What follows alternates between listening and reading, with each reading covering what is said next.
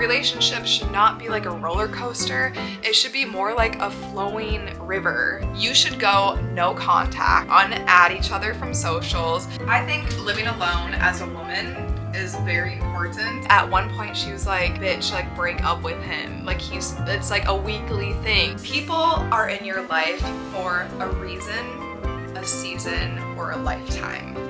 Hear me out. My plan is I'm not gonna buy a house. I'm just gonna marry into a house.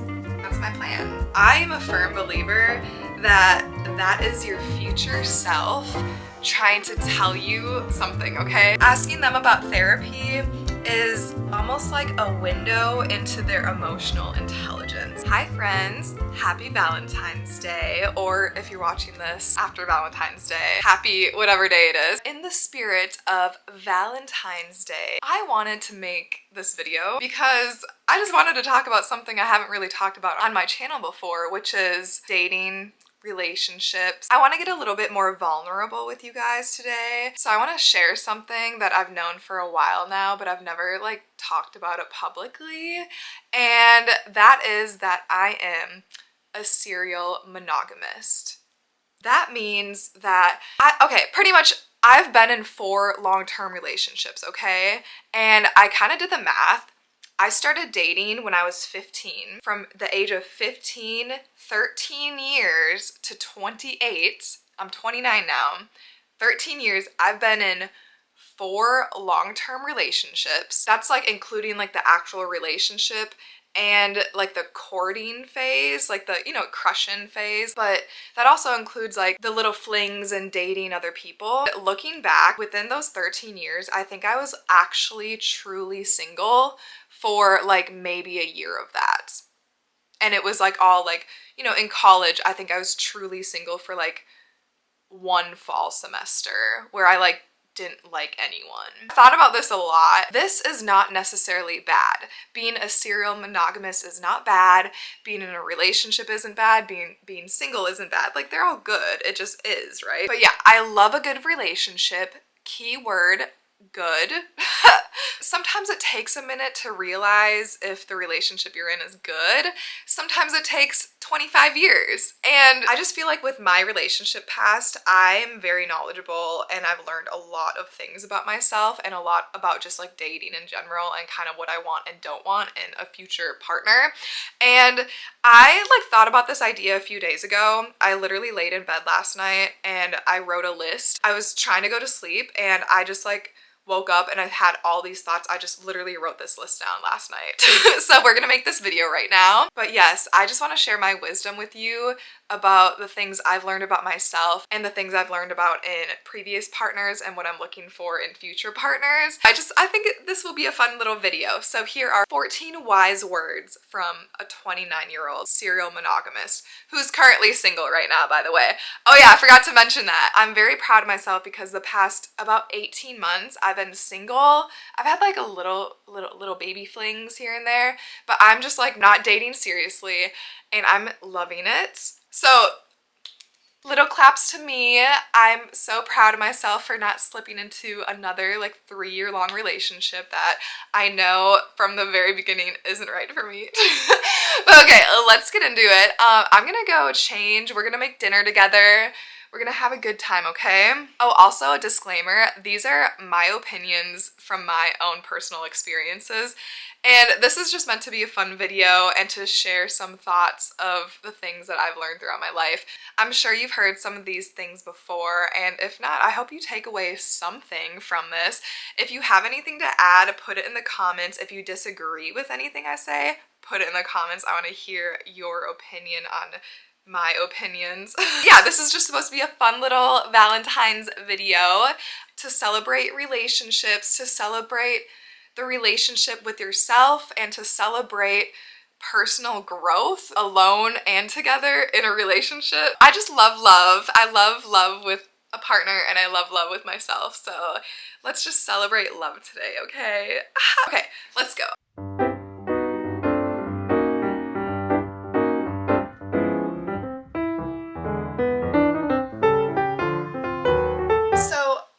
Young, I watched a lot of Disney movies, right?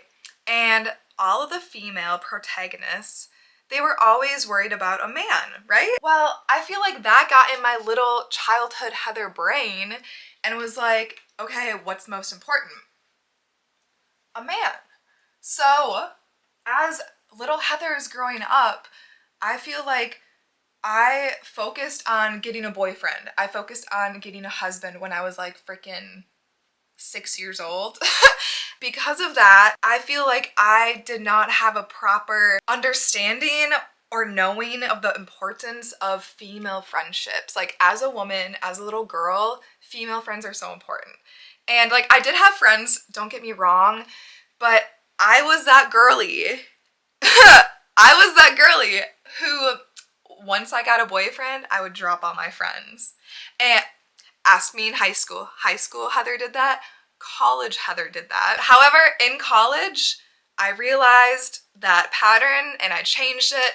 So I'm happy to say that my most previous relationship, I did finally have a healthy balance of relationship to my partner and relationship to girly pop friends. It's hard to find the balance sometimes, but your boyfriend or your girlfriend, if you're a guy watching this, or you know what I mean, your partner, they cannot be your best friend. I mean, they can be your best friend, but like you need your girly pops to talk shit about whatever too. Like your boyfriend doesn't care about that. Like you need more than just your partner. You need other friends, whether that's family or no, even you need friends. Y'all, friends are so important. Okay, I might get a little bit passionate over this video, but yeah, all I want to say is like, don't drop everything once you have a boyfriend. I know it's super easy to do that when you're little, when you're young, but if you're like 17 or like in college watching this, do not drop your friends for a boy. It's fucking stupid. All right, let's change.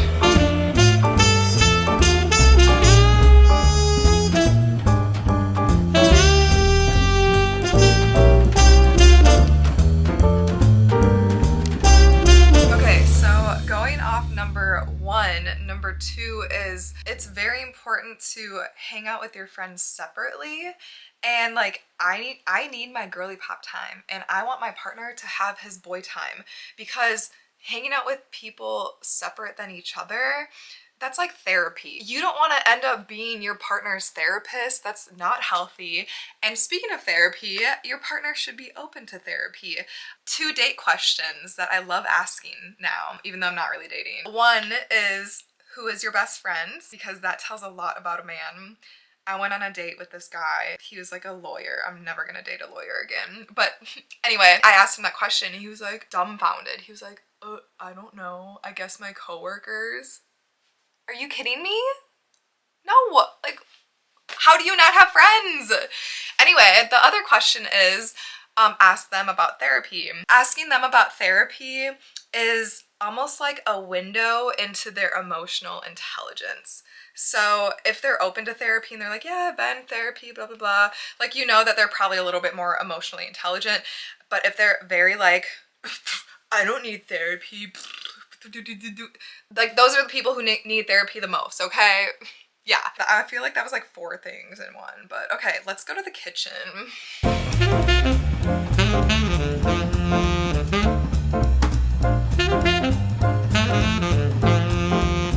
So that gut feeling that you have deep inside your stomach, I am a firm believer that that is your future self trying to tell you something, okay? Trying to like give you direction.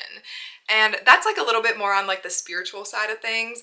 But at the end of the day, I believe that that gut feeling, that is your instinct. Your gut is so important. They say your gut is like your second brain. Your gut knows things.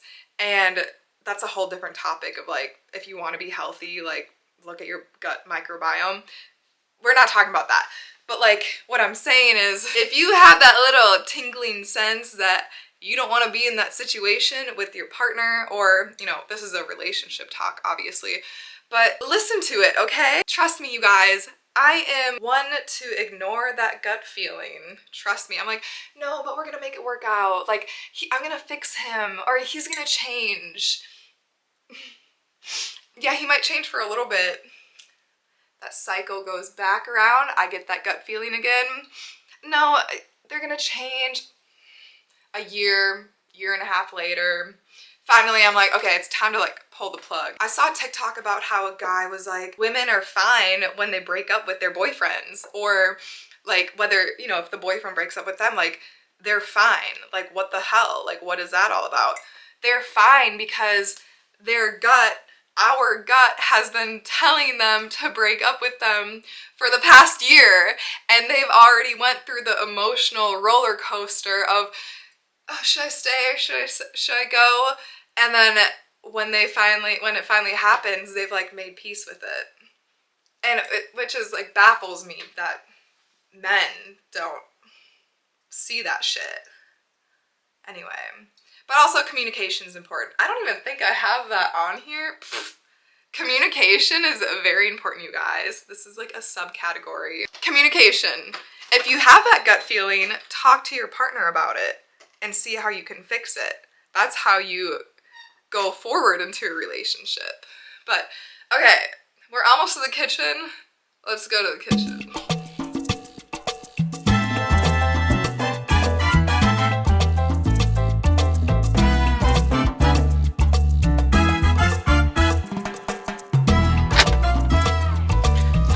So if you live together, you should split your rent and utilities and all the bills based on how much you make. So if one partner is making a little bit more, maybe you should do 60-40. That's what I did in my last relationship. It was honestly so nice. He made a lot more than me, and yeah, we split it 60-40. It was great.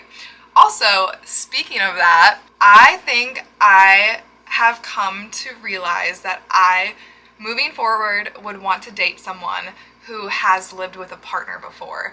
Mainly because, I guess like in TikTok words, I want someone who's cooked there before. I want someone who someone else has cooked there before. Does that make sense? Is that how I say it? I learned a lot when I lived with my last partner, and he taught me a lot about living with a partner, and then I feel like I taught him a lot. So moving forward, I honestly, like my next partner, I kind of want to send their ex like a thank you letter. Like, thank you for training him. Thank you for training him on like how to put down the toilet seat, or like, you know, like all of those stupid things. I'll meet guys now, and that's another question I ask them, like, have you lived with an ex before? And if they say no, like low-key, I'm like, ooh.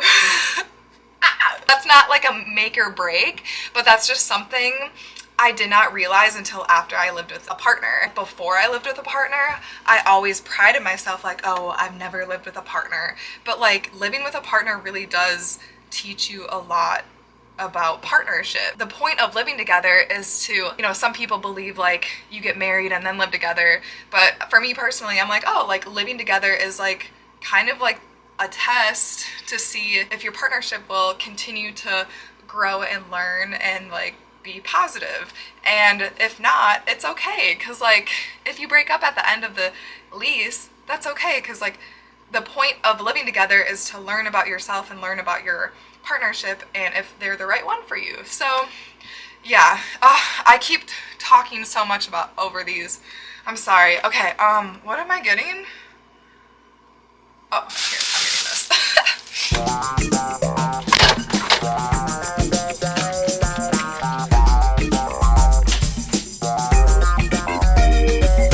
So you and your partner should have a hobby that does not include a screen. My perfect example for this, like obviously, okay, phones, TikTok, Instagram, watching TV, Netflix, people who are like, oh, my hobby is Netflix, or like watching TV, like, what? No. Don't get me wrong, I love watching TV, I love movies, but it's like, all you do is go to work and then watch TV, like what are you doing? Like what?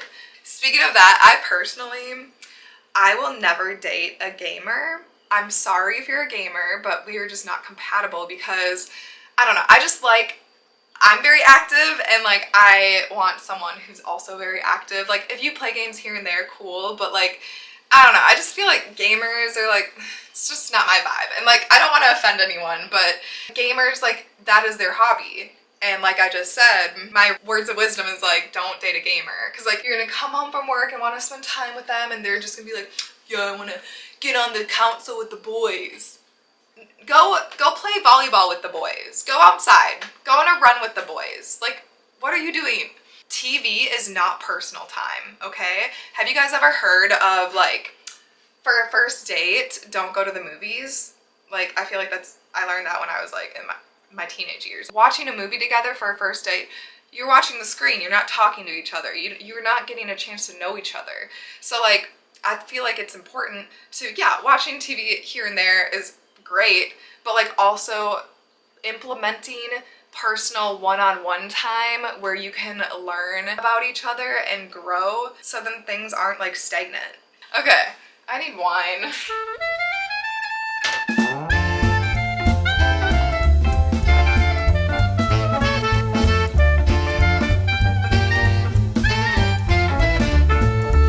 So make sure you guys have the same version of fun, especially when it comes to, like, substances or, like, I mean, like, alcohol. So what I mean is, if you enjoy alcohol but you're gonna date someone who's sober, like, that may or may not cause some type of friction down the line. Or if you're dating someone who really loves, like, the green, but, like, you don't, but, like, they may smoke it daily, like, that might not, like, work. Saying this, if, like, you're a raging alcoholic and you date another raging alcoholic, that's, like, too far. Then maybe you should date someone sober. But I'm just saying, like, for the average, healthy, responsible person, you should like the same types of, like, getting lit type of fun, if that makes sense. I don't know. I don't think I could ever date someone who's completely sober. In the past, I've dated people where they like certain things and, like, I like other things, and it just, like, doesn't mesh well. So yeah, it's almost like you're on just, like, two different wavelengths. So we like to be on the same wavelength when we're drinking, or, like, when we're, like, having fun, okay? Cheers.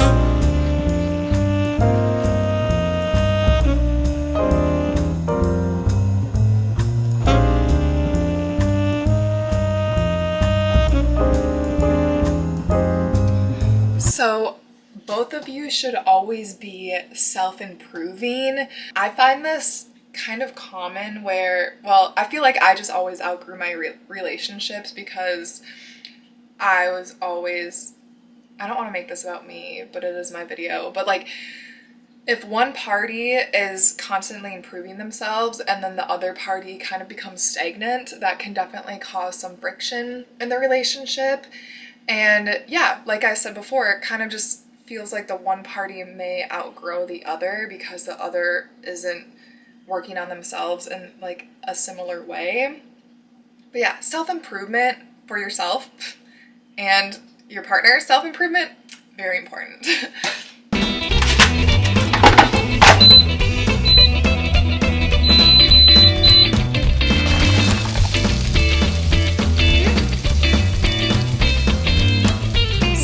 Money.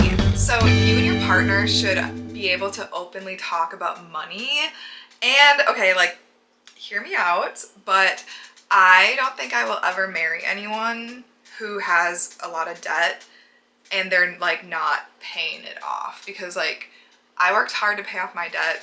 Well, I have a little left, but the majority. I'm eager and excited to learn about money constantly, and having a partner who's also educated about money is very, it's, like, it's nice, because, like, you want you and them to like learn together and to be financially literate, right? Or if they're not, they would be willing to, kind of like therapy. Like, if they're not, like, really sure about therapy but willing to learn, great. Same with money. It's nice to be with someone who, like, has their shit together. Oh, I do want to say this. I said I don't want to marry anyone who has a lot of debt, but, like, other than a house, because, yo, the housing market is ridiculous. I honestly, my plan, hear me out. My plan is I'm not gonna buy a house. I'm just gonna marry into a house.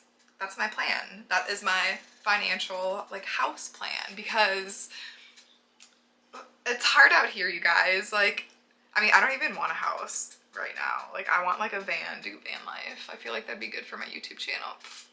Anyway, I'm getting off topic. On to the next.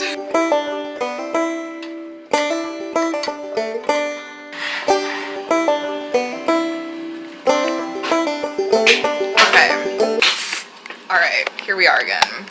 So it is very important to spend time alone from each other, and I'm not talking about like time with friends. I'm saying like you need time with friends, time with your partner, and time alone. I guess it also depends if you're like an introvert or more extroverted, but me and my ex, we had a deal where he was way more extroverted than me. I like to be at home alone, and we made a plan that once a month I would stay home with the cats and he would leave and he would go to whatever city. He would go hang out with his friends. I literally did not care what he did. Go to concerts, like go out to the club. I was just like, honestly, like leave me alone. I need to like recharge alone without you. And he recharged with other people, I'm pretty sure. I'm just saying like it's very healthy to want to be away from your partner. Alone time is necessary. Ooh, chicken's almost done. Ah!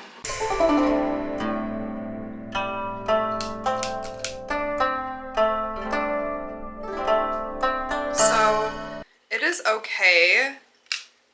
Well, no, let me start over. You need to be as present as possible in a relationship. It's okay if you're in love one minute and you're out of love the next. Or, you know, it's more complicated than that. But you've probably heard this quote before, but I'm gonna tell you again. People are in your life for a reason, a season, or a lifetime. And each one of those purposes that those people give you, and this is honestly for more than just partnership, for like everyone coming into your life it's beautiful. Everyone teaches you something. Everyone knows something that you don't. So being present with people, your partner, and like just any relationship is so beautiful, and so like actually listening, it's great. We love that quote. Okay, let's eat. I'm waiting for the corn to be done. Kind of like did a bad job with my timing, but it's okay.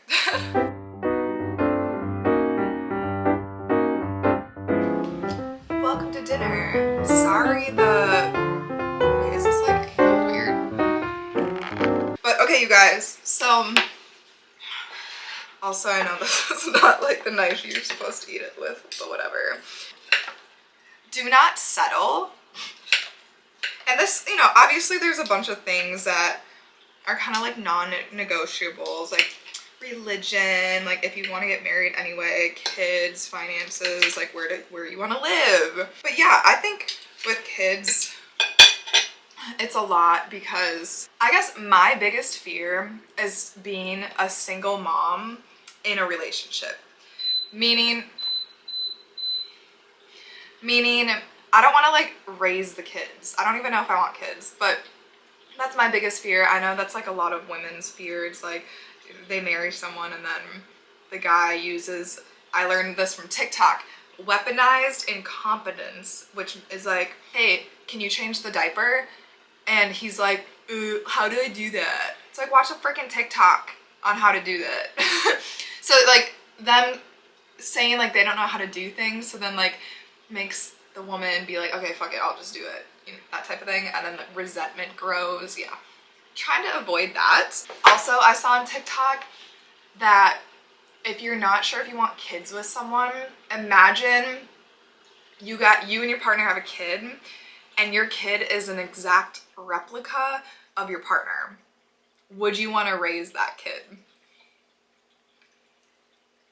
Yeah.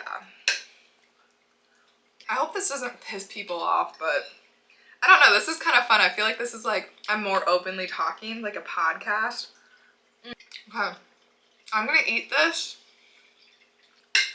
And this is what you want to eat with me? My little Valentine, you're my Valentine. This is so good.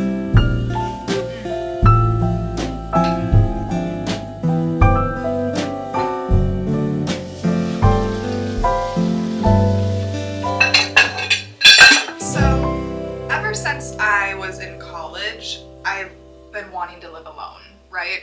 I think living alone as a woman is very important. It's It's almost like a coming of age type of thing. Once you've lived alone, you can do anything and it feels so good. Also, disclaimer, I do not mean to dog on any of my relationships. I'm just like obviously using them as examples because like I lived them. But yeah, in previous relationships, I always like I loved being in relationships, but there was a little part of me that was always like, I kind of want to live by myself. Like, I feel like it's important, like I just said, for women to live by themselves, almost to just feel like you don't need a man. But it's just like, we go from living at home to going to college to living with roommates, and I've lived with like 10 or 11 roommates. So when I moved to Houston like a year and a half ago at the age of 28, this apartment I'm in now filming in, it's my first apartment ever living by myself. And I've learned so much and I love it. And obviously like living with a partner, that was great. My last partner that I lived with, best roommate I've ever had. So it's like pros and cons, right? All I want to say is I'm soaking this all in. I'm appreciating the time I have living alone because I know one day I'll probably live with someone and I'm probably gonna love it. However, I'm gonna look back on these days and be like, damn, those are some good times. Like living alone with my 2 cats. Hell yes. Hell yes. I'm gonna have some more wine. I'm gonna clean up and then we will continue this, okay?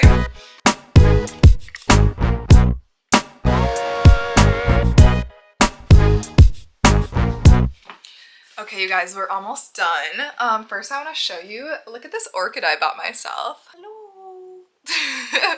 I guess technically this is just called rapid fire because I have 2 more after this.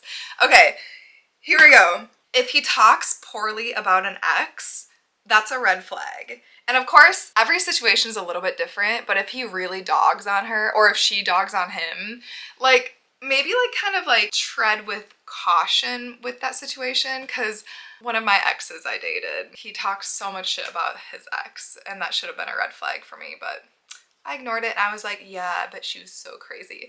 Turned out like he was kind of the unstable one. I just told you guys I would not talk shit about my exes. Okay. Don't get a pet together. Long time ago, I knew someone who got a dog with their boyfriend, and I think it was a gift. The dog was a gift to her. Well, they broke up and they literally went to court for this like small tiny dog. They ended up having shared custody of the dog, which is insane. They lived like 2 hours apart from each other and she would drive the dog to her mom's and then he would pick it up from her mom's, and like it was like 2 weeks on or 2 weeks off or something like that. I'm just like, yeah, so do not get a pet together unless like you're married. Kind of like the same thing with the house. Like you should not buy a house with someone unless y'all are married. Don't date seriously in college. I was in 2 relationships in college and I did learn a lot from them. Like no regrets really, truly, but I do wish I had more single fun girly pop time in college. I'm telling you, if you're young and you go to college, stay single, at least for like a little bit, you know what I mean? Have some fun, girl. Have some fun. Oh, okay, this is a big one. If you guys break up, I don't care if you guys are civil and still want to be friends, you should go no contact, unadd each other from socials. Like, it's just healthiest for both of y'all's mental health, okay? And like I said, you could be civil, but just go no contact and then let yourself heal from that. And then later down the road, if you do decide that you want to talk and like kind of be friends again, cross that bridge when you get there. But no contact is the best contact post breakup. Trust me. Okay, I am gonna go shower and get ready for bed. I'll tell you the last 2 post shower, okay?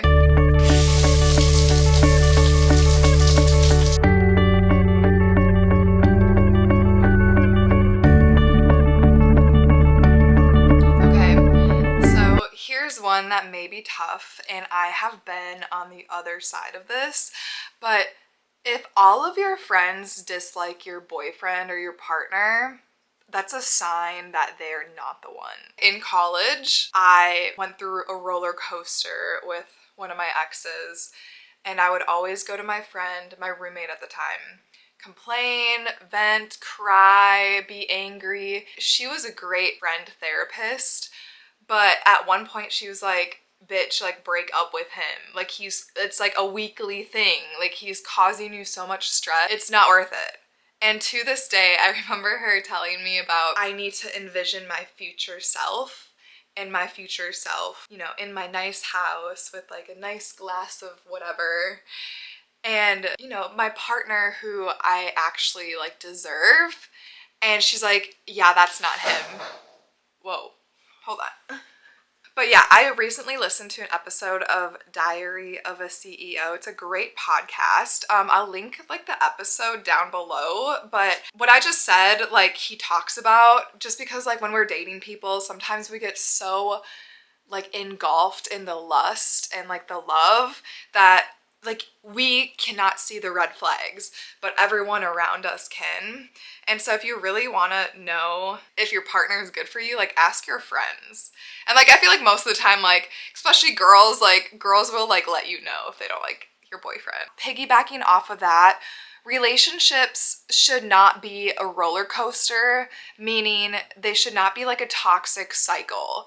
If you are in a relationship and you notice like a cycle where it's like, oh, something happens and then y'all have a conversation about it, and then there's like a period of trying to like fix, like, you know, working on yourself, whether it's you or them, but then like the cycle just repeats and you get that gut feeling again, like whenever the cycle repeats, that's bad. Like that's not normal. And I know a lot of people, that's all what they know. And when they're in like a healthy relationship and there isn't that cycle, they get like bored with that.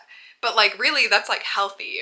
A relationship should not be like a roller coaster. It should be more like a flowing river.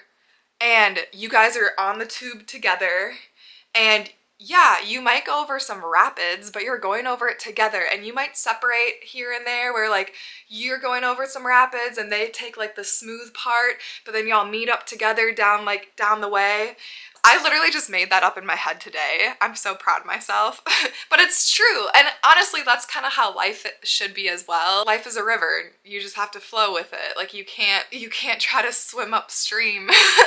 And yeah, that goes with relationships. That goes with just life in general. Life should be a flowing river, not a roller coaster. Yeah. Okay, that was my number 13. Sorry, that's so long. Oh, this is like a podcast, I swear to God. But okay, the last thing you guys. If you came this far, thank you for listening. I really appreciate you. I really like talking about these topics with like my friends, but I've never talked about it online, so it's kind of fun. So it's yay for trying out new things. So I heard this yesterday when I was doing yoga, and I just had to share it because it goes so well with relationships as well. It's almost like an affirmation, right? It goes, I recognize that all experiences are opportunities for growth. So take that into relationships. That's so true. I used to, not now because I've accepted, but I used to regret portions of my past relationships. I regretted that I didn't break up with them sooner. I regretted that I like dated them in the first place. But looking back on all that, like I kind of said earlier, like everyone you meet teaches you something. And even though you may feel like you regret it, but yeah, I turned that regret into acceptance and realized I actually did learn from it and grow from it. And obviously if I would have, you know, not dated them or broke up with them sooner, my life could have went a completely different way. Like I maybe like wouldn't have dated the person after that, or maybe I like would have gotten a job in a different state. You know, like you can think about that all day long, the what ifs. But yeah, I'm actually reading a book right now. Oh my God, I'm like low on time. I have 3 minutes left. Hold on. When it comes to regretting relationships or wishing that you would break up with them sooner, it's okay if it takes you a minute. It takes me a minute to break up with people. It sounds so bad. But so I'm reading this book right now. It's called The 5 Regrets of the Dying. This book is about a hospice nurse, or like a end-of-life caretaker. She works with people in their own homes like right before they die. And one of the like little mini stories that she tells is about this woman. It's so heartbreaking. She was stuck in this marriage. She was not happy. And at one point, her husband got sick and went into a nursing home. And when that happened, she was like, holy shit, I'm finally free. Well, literally like not even a year later, or I honestly don't remember the time frame. You can read it in this book. But a little bit later, she ended up getting really sick and then she ended up in a nursing home. So she was kind of just like waiting for something to happen to her husband so then she could fully live her life. But she like wasted all of those years. And she told Bronnie, the author of this book, yeah, she's like, I just wasted so much time. I wish I would have like broken up with them sooner and just like lived my life, because I don't know. I just feel like a lot of people stay in relationships because they are afraid to be alone. And let me tell you, being alone is amazing. Being alone forces you to like get out of your comfort zone. And every time you get out of your comfort zone, you gain more confidence with being alone. And trust me, like I moved to Houston, like I knew a few people here when I moved, but like I just like brand new work, brand new social circle. I'm building it up from the ground and it's fun. Like I have so much confidence with meeting people, and honestly this YouTube channel has helped a lot as well. But yeah, anyway, that's just, I guess, circling back around. Don't regret anything. Turn your regret into acceptance, but don't be like this woman in this book and wait until you hope your husband dies. Trust your gut. This sounds so bad. This is like a breakup series, not like a love series, but okay, I have 1 minute left. That's all I have for you guys. I hope you enjoyed this video. I hope you loved our little chit chats. I hope you took away something from this. Let me know in the comments if you enjoyed this type of content. Maybe I will continue to talk about like relationship-y stuff, because it's honestly like one of my favorite things to talk about. So happy Valentine's Day. I love you. Bye.